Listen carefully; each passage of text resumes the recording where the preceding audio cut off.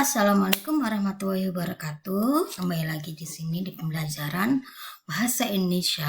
Nah, kali ini kita bersama-sama akan mereview atau mengulang kembali materi cerita fantasi dengan berlatih soal. Nah, yuk, mari kita mulai.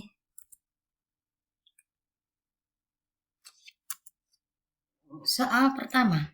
Berikut ciri umum teks cerita fantasi yang tepat. Nah, di sini ada pilihan ganda A, B, C, D. Silakan dibaca dulu. Ya, jawabannya adalah yang C.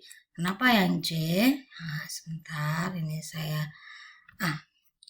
Jadi yang C ini ide cerita bebas, bersifat fiksi, cerita mengandung keanehan. Nah, ini yang betul ya. Nah, yang A, sedangkan yang A yang salah ini berdasarkan fakta.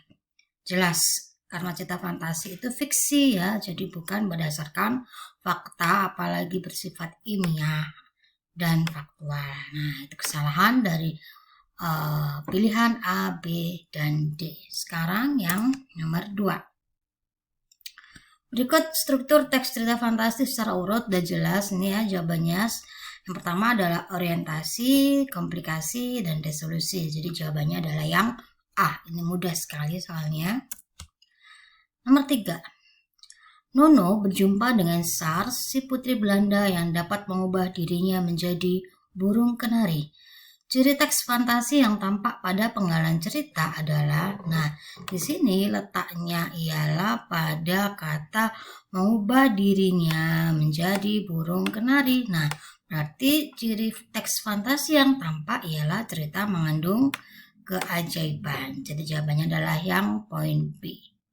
Selanjutnya, dahulu kala ada seorang anak yang sangat baik dan pintar, namanya Eli. Eli, anak yang sangat baik dan pintar. Suatu ketika peristiwa terjadi pada malam yang sunyi. Ada sebuah cahaya yang masuk ke kamar Eli. Lalu Eli mengikutinya dan sampailah di titik cahaya itu. Dia melihat sesosok wanita cantik bagaikan peri. Pertanyaannya adalah mengapa penggalan cerita fantasi di atas tersebut bagian orientasi? Kalau anak-anak masih ingat mengenai orientasi itu terdapat pengenalan tokoh, tema, alur, dan juga latar. Jadi jawabannya adalah yang A. Untuk yang B ini karena ada masalah atau konflik maka masuk ke struktur yang komplikasi.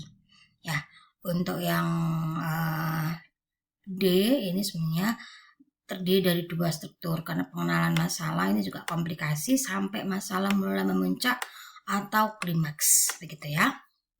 Jadi jawabannya adalah yang A. Soal selanjutnya. Latar yang digunakan dalam cerita fantasi di atas adalah, nah di sini latarnya disebutkan secara langsung ya, yaitu ini. Nah, berarti jawabannya adalah di rumah. Kuncinya ketika anak-anak mengerjakan soal cerita fantasi itu kuncinya adalah anak-anak harus memahami bacaan terlebih dulu. Selanjutnya, 3 rumah bergaya kerucut menyambut mataku. Ketika aku memandanginya satu persatu, ternyata rumah ini memiliki model yang sama. Hanya satu hal yang membedakan ketiga rumah itu, warna pintunya. Setiap pintu mengikuti gradasi warna seperti yang kulihat di custom color laptopku. Nah, pertanyaannya adalah pola pengembangan cerita fantasi ini menggunakan apa? Karena ini tadi ada kalimat ini ya, 3 rumah bergaya kerucut. Nah, berarti ini masuk deskripsi yang latar tepatnya latar tempat, begitu ya. Selanjutnya, nah, seluruh pasukan Nataga sudah siap hari itu. Nataga membagi tugas kepada seluruh panglima dan pasukannya di titik-titik yang sudah ditentukan. Seluruh binatang di Tanah Mudo tampak gagah dengan keyakinan di dalam hati mempertahankan milik mereka. Hari itu sejarah besar Tanah Mudo akan terukir di hati seluruh binatang. Berdasarkan kesesuaian dengan dunia nyata, ini ya pertanyaannya, kesesuaian dengan dunia nyata. Nah, kalau kesesuaian dengan dunia nyata dibagi menjadi 2, yaitu irisan sama total. Nah, Kira-kira ini jawabannya termasuk teks cerita fantasi yang mana ya? Nah, di sini ada kata Tanamudo, anak-anak. Jadi Tanamudo itu di sini itu mengacu kepada salah satu provinsi di Indonesia, yaitu Nusa Tenggara Timur, di mana di dalamnya terdapat Pulau Komodo. Ya, jadi karena ada kesesuaian, maka jawabannya adalah masuk ke irisan. Gitu. Selanjutnya, nah di sini ada kata serbu. Pertanyaannya, latar suasana yang tampak dalam cerita fantasi di atas ialah karena ada kata serbu, ini semacam perang begitu ya, melawan antara pasukan Nataga dengan pasukan Serigala. Jadi suasananya ialah menegangkan, yang C ya, menegangkan. Selanjutnya,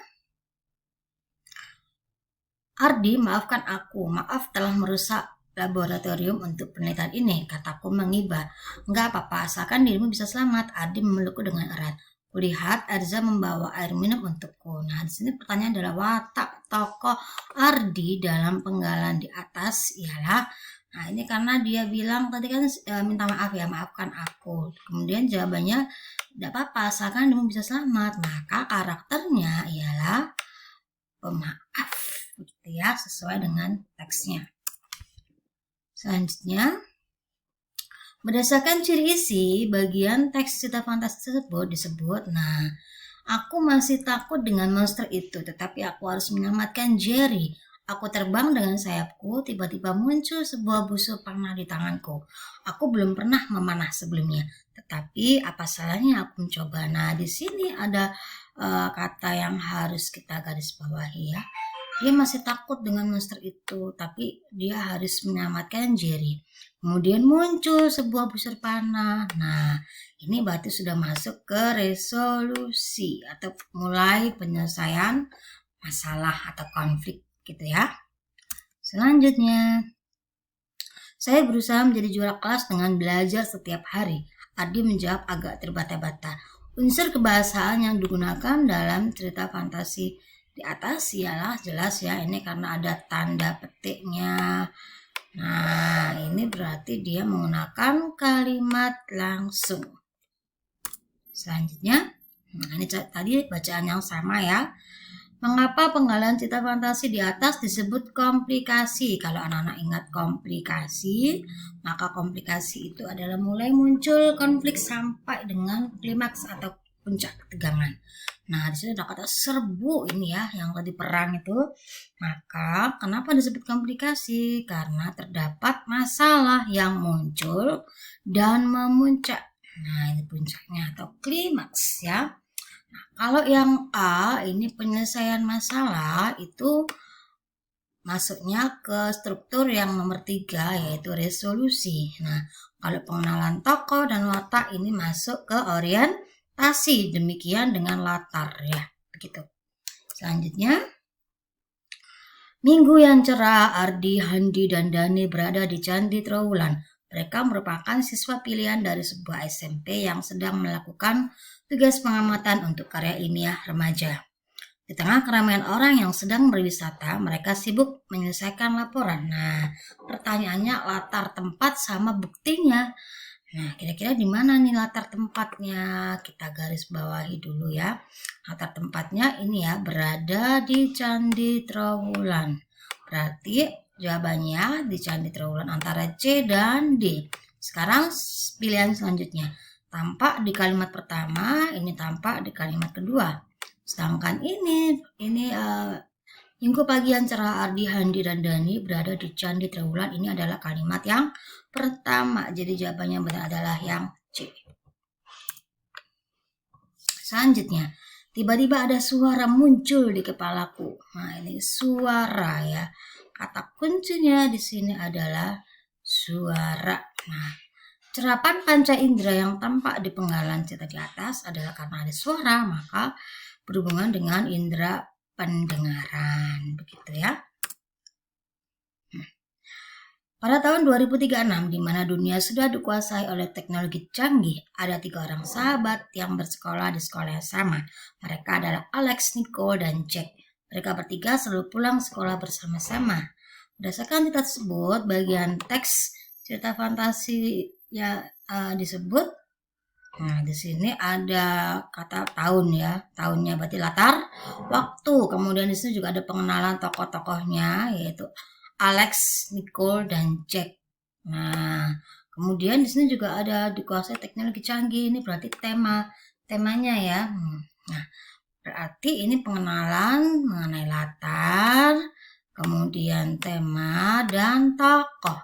Berarti masuk ke struktur yang namanya adalah orientasi. Bagaimana? Mudah bukan anak-anak? Kalian bisa mereview ini bersama-sama dengan teman kalian ataupun direview secara mandiri. Nah, sekarang anak-anak sudah bisa melanjutkan ke materi selanjutnya.